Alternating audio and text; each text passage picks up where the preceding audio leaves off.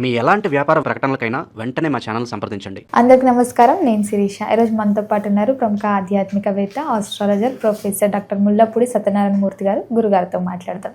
గురుగారు నమస్కారం. నమస్కారం అమ్మా శిరీష. గురుగారు, ముఖ్యంగా కన్యా రాశి వారికి ఏలినాటి శని ప్రభావం ఎప్పటి నుంచి స్టార్ట్ అవుతుంది, ఎప్పుడు ఎండ్ అవుతుంది, అలాగే ఎలాంటి జాగ్రత్తలు తీసుకోవాలంటారు? ఈ టైంలో పర్టికులర్ ఈ శని టైంలో ఎట్లాంటి జాగ్రత్తలు తీసుకోమంటారు? కన్యారాశి వాళ్ళకి అప్పుడే స్టార్ట్. సప్తమ శని పాపం జరుగుతుంది. సప్తమ శని కూడా ఏలినాటి శనితో సమానంగానే ఫలితాలు ఇస్తుంది. ఇది భార్యాభర్తల మధ్య కొట్లాట్లు, పిల్లల మధ్య కొట్లాట్లు. సప్తమ స్థానేషు శని కళత్రపుత్రత్వ శత్రుత్వ కారణాయ నమః. కళత్రపుత్ర శత్రుత్వ కారణాయ నమః అన్నారు శాస్త్రం. అంటే అర్థం ఏంటి? 7వ ఇంట్లోకి శని వచ్చినప్పుడు భార్యతో, పిల్లలతో ఈ యొక్క ఫైటింగ్స్ జరుగుతాయి, వితండవాదాలు జరుగుతాయి అని శాస్త్రం చెప్తుంది. ఆల్రెడీ కన్యారాశి వాళ్ళు ఎలా ఉన్నారో తెలుసా నీకు? ఇప్పుడు ఫారెన్లో భర్త ఉంటే ఇండియాలో భార్య. ఎందుకో కొట్టుకొని, పోనీ ఉద్యోగాల రీత్యా కాదు, పోనీ ఒకే చోట ఒకే కంట్రీలో ఉంటే వేరే వేరే రాష్ట్రాలు, ఒకే ఊర్లో ఉంటే వేరే వేరే ఇళ్లల్లో, ఒకే ఇంట్లో ఉంటే వేరే వేరే గదుల్లో వాట్సాప్లో కొట్టుకుంటారు, టీ పట్టరా అని తీసుకెళ్తారు. ఈ టైపులో టర్మ్స్ సరిగ్గా లేవు. ఇదంతా కూడా దాని ప్రభావం, సప్తమంలో ఉన్నటువంటి శనిగ్రహ ప్రభావం. ఇప్పుడు కొంచెం పరిస్థితులు బాగుపడుతున్నాయి. ఇలా బాగుపడుతూ ఎప్పటి వరకు ఉంటాయంటే 2036 సంవత్సరం ఆగస్టు నెల వరకు ఉంటాయి. అప్పుడు వరకు వీళ్ళు హాయిగా మనశ్శాంతిగా ఉండొచ్చు. సినిమాలకి, షికార్లకి వెళ్తూ, ఉద్యోగాలు. ఒక కన్యారాశి అమ్మాయి ఉంది నా శిష్యురాలు. 10 ఏళ్ల నుంచి చెప్పుద్ది, నాకు ఉద్యోగం ఎప్పుడు వస్తుంది, ఉద్యోగంలో జాయిన్ అయిపోవాలి. అప్లికేషన్ పెట్టదు. అప్లికేషన్ పెట్టిన మరుక్షణం ఉద్యోగం వచ్చేస్తుంది. బ్రహ్మాండంగా చదువుకుంది. పెట్టాలిగా ఇళ్ళు పెట్టరు. అలా 2036 ఆగస్టులో స్టార్ట్ అయినటువంటి ఏలినాటి శని మనకి 2043-44 సంవత్సరంలో ఎండ్ అవుతుంది. అసలు ఫస్ట్ ఏలినాటి శని ప్రభావం అంటే ఏంటో మనం ఈ కన్యారాశి వాళ్ళకి చెప్దాం.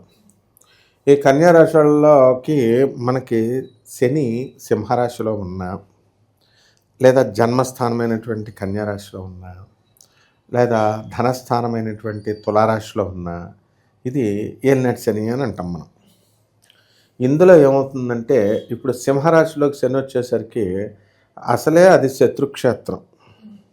తండ్రి కొడుకుల మధ్య న్యాచురల్గానే ఫైట్లు జరుగుతూ ఉంటాయి. వాళ్ళ అభిప్రాయాలు సరిగ్గా ఏకీభవించవు. ఆ విధంగా ఈ యొక్క శని తండ్రి యొక్క ఆరోగ్యం మీద ప్రభావం చూపిస్తుంది. అలా 2036 ఆగస్టులో ప్రారంభమైనటువంటి ఏలినాటి శని 2.5 సంవత్సరాలు వ్యయంలో ఉంటాడు. అంటే సింహరాశిలో ఉంటాడు. ఉన్నప్పుడు వీళ్ళకి అధికారుల వలన బెడద, ట్రాన్స్ఫర్స్ వీళ్ళకి కోరుకున్న చోట్లకి రావు, ప్రమోషన్స్ సంగతి మర్చిపోవాలి. ఆ తర్వాత భార్యాభర్తలు ఫోన్లే కదా అని పెళ్లి సంబంధాలు చూసి చేస్తారు కదా. పెళ్ళి అంటే అన్ని పనులు చేయొచ్చు, కానీ పెళ్లి విషయంలో మాత్రం మొగుడు పెళ్ళాలు ఎప్పుడైనా కొట్టుకున్నా ఆ ముండా కొడుకు నీకు కుదిర్చాడని ఆ మధ్యవాడిని కుదిర్చినోడిని తిడతారు పాపం. అయితే వీళ్ళిద్దరు కొట్టుకుంటుంటే, నాకు తెలిసినటువంటి శ్రీనివాస్ అన్నాను మా స్కూల్లో ఉండేవాడు, తమ్ముడికి పెళ్లి చేశాడు. మరదలో తమ్ముడు కొట్టుకుంటూ ఫస్ట్ నువ్వు చేసావని రాత్రి 11:30కి 12ంటికి ఈయన్ని తిడతారు. పోలీస్ స్టేషన్ కంప్లైంట్ పెడతాం, ఇలా అనమాట. అంటే ఎక్కడో ఊరిగితే ఎక్కడో పడుతుంది. ఆ రకంగా ఈ యొక్క ఏలినాటి శని ప్రభావంలో కన్యారాశి వాళ్ళు ఉంటారు.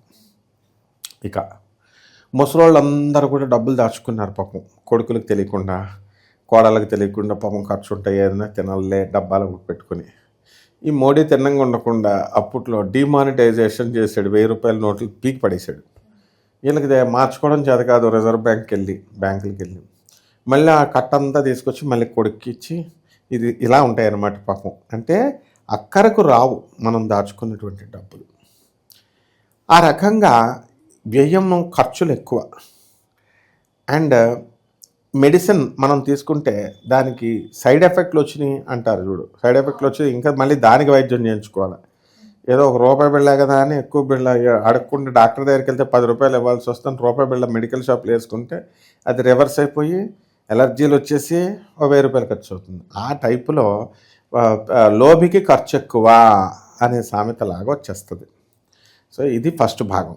అంటే ఖర్చు ఎక్కువ, పెళ్ళిళ్ళలో ఖర్చు ఎక్కువ, అన్ని విషయాల్లో ఖర్చు ఎక్కువ, పరువు పోవడాలు, ఇతరులకి మనము ఇప్పుడు ఉదాహరణకి మా శిష్యుడికి ఒకసారి ఏం జరిగింది, బైక్ మీద వెళ్తున్నాడు. బైక్ మీద వెళ్తుంటే పాపం మావాడేం గుద్దలేదు, ఎదురుకుండగా ఎవరో ఒక అడుక్కునే ముసలమ్మని గుద్దేశాడు, ఆమె పడిపోయింది. వీడికి ఎందుకంటే తిన్నంగా ఉండకుండా వచ్చేయకుండా ఇలా చూస్తున్నాడు. దిగి పాపం ఆ ముసలమ్మని హెల్ప్ చేద్దామని వెళ్ళి ఇలాగా లేపాడు. ఏం నడిచిన టైం నువ్వు అలాంటివి చేయొద్దని చెప్పాను నేను, వినాలి కదా. వెళ్ళేసరికి వాడు గుద్దేసినోడు వెళ్ళిపోయాడు. వీడు గుద్దేసాడని చెప్పేసి ఆ చుట్టూ ఉన్న కూలీలు అడ్డ మీద కూలి నిజాంపేటలో అందరూ చుట్టుముట్టేసి పట్టేసుకొని లాస్ట్కి ఎంతరా అంటే 80,000 కట్టాలని ఈ ముసలమ్మ కూడా ఇలా పట్టేసుకుంది. 80,000 కట్టి బయటకు వచ్చాడు. ఈ రకంగా మనకి ఈ కార్యక్రమాలు జరుగుతూ ఉంటాయి. ఇకపోతే రెండవ ఫేజు, ఈ 2036 నుంచి 2.5 సంవత్సరాలు మనం కనుక తీసుకుంటే 39వ మార్చి నెల నుంచి మనకి రెండో ఫేజ్ ఏలినాటి శని ఈ యొక్క కన్యారాశి వాళ్ళకి జరుగుతుంది. అంటే అప్పుడు శని సింహరాశిలోకి వస్తాడు. అప్పుడు నడక జన్మంలోకి వచ్చాడు కాబట్టి మోకాళ్ళ నొప్పులు, ఎముకల నొప్పులు, ఐరన్ తక్కువగా ఉండడము, బ్లడ్ తక్కువగా ఉండడము, కళ్ళు తిరిగి పడిపోవడాలు, బీపీలు, ఇది అది అనేది అన్నీ జరుగుతూ ఉంటాయి. తర్వాత ఈ రాశి వారికి అందరికీ కూడా భార్యాభర్తల మధ్య కొట్లాటలు కొట్టుకున్నటువంటి వాళ్ళు కోర్టులకు వేసుకున్నారు. పోనీ అది ఏమన్నా సెటిల్మెంట్ అవుద్దా అంటే డబ్బులు దొబ్బేస్తూ ఉంటాడు లాయరు, ఇది కోర్టులోనే కేసు బయటకు వెళ్దు, క్రిందే ఉంటుంది ట్రయల్స్ దగ్గరే. ఈ రకంగా భార్యాభర్తల మధ్య కొట్లాట్లు.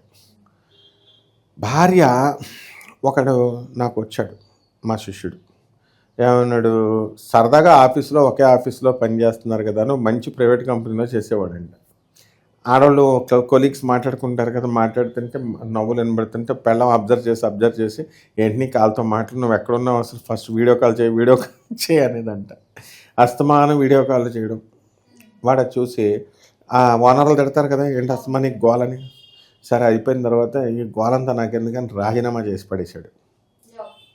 అంటే రికార్డింగ్ ఆప్షన్ పెట్టేస్తే వీడు మామూలుగా సరదాగా మాట్లాడినవన్నీ కూడా ఇవన్నీ అనుమానం పెరిగిపోయి ఈ పెళ్ళం బాధలు పడలేక రిజైన్ చేసేసి ర్యాపిడో నడుపుకుంటుంటే వాడికి అక్కడ కూడా ఒక అమ్మాయి ఎక్కిందంట. ఆవిడ ఏమంటుందంటే, వీడు స్లోగా తీసుకెళ్తుంది. ఏంటి ఇంత స్లోగా తీసుకెళ్తున్నావు నువ్వు, కొంచెం తొందరగా వెళ్ళాలని కదా మేము తొందరగా ఎక్కేది, ఏంటి అంత స్లోగా తీసుకెళ్తున్నావు అంటే ఆ ర్యాపిడో కూడా మానేశాడు. అంటే ఇది శని జన్మంలో ఉన్నప్పుడు జరిగేది. అమ్మ పెట్టదు, అడుక్కు తినకపోదు. ఆ టైపులో ఈ రాశి వాళ్ళందరికీ కూడా జరుగుతుంది. ఆరోగ్య భంగాలు జరుగుతాయి, ఖర్చులు ఇవన్నీ కూడా చేస్తారు. ఇక మూడో ఫేజ్ దగ్గరికి వచ్చేద్దాం. మూడో ఫేజ్ ఏంటి, ఈ యొక్క తులారాశిలోకి శని వచ్చినప్పుడు నోటి దురద. వీళ్ళు ఏదన్నా సరదాగా చుట్టాలనన్నా లేకపోతే ఎవరినన్నా ఏదన్నా మాట అన్నా వాళ్ళు రామ అంటే బూతులాగా అర్థం అవుతుంది ఏలినాటి శని టైంలో. ఏదైనా పెద్ద మనుషులలాగా వెళ్ళి సలహాలు ఇద్దామని అనుకున్న వీళ్ళని తిట్టడం. ఓసారి ఆ ముసలాయన కోడలతో దెబ్బలాడుతుంటే, మీరు ఇలా కోడలు ఇలా రాయి తీసింది, నేను చూడగానే పక్కకి వెళ్ళిపోయాను. నేను ఆ ముసలాయన అంటే అక్కడే నుంచున్నాడు స్టైల్గా కళ్ళజోడు పెట్టుకుని, రాయి తీసి కొట్టింది, అద్దం వెళ్ళి కళ్ళను గుడ్లో గుచ్చుకుంది. ఇలాంటివన్నీ జరుగుతాయి. కాబట్టి ఇవన్నీ కొన్ని చాలా జాగ్రత్తగా కొన్ని పరిహారాలు చేసుకోవాలమ్మా. గురుగారు, మనం ముఖ్యంగా పరిహారాలు అన్నారు కాబట్టి ఎలాంటి పరిహారాలు చేసుకోవాలి, ఏ దైవాన్ని పూజించమంటారు? పరిహారాలు ఎప్పుడు కూడా శనీశ్వరుడికి శని జపం చేసుకోవాలి, శని స్తోత్రాలు చదవాలి. అలాగే జంట నాగులు ఉంటాయి, దానికి దండం పెట్టుకోవాలి ఎక్కడున్నా సరే, నాగేంద్రుడు ఓం శరవణ భవ అంటూ. శని కూడా సర్పరూపమే.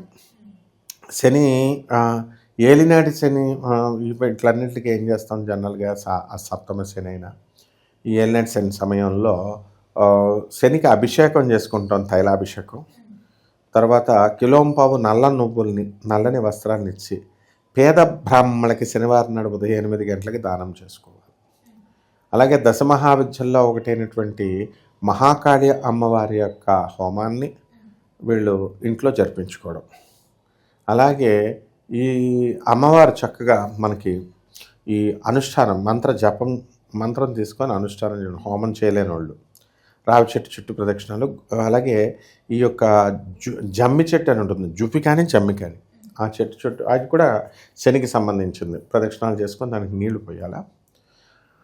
ఈ రకంగా వీళ్ళ కనుక చేసుకొని సాధువులకి, తర్వాత పేదవారికి, వికలాంగులకి, చిన్నపిల్లలకి వీళ్ళకి కనుక సహాయం చేసుకున్నట్లయితే అనాథలకి బ్రహ్మాండంగా ఉంటుందమ్మా. గురుగారు, ఓవరాల్గా కన్యా రాశి వారికి ఏలినాటి శని ప్రభావం ఎప్పుడు ప్రారంభమవుతుంది, ఎలాంటి జాగ్రత్తలు తీసుకోవాలో తెలియజేసినందుకు ధన్యవాదాలు. ధన్యవాదాలు.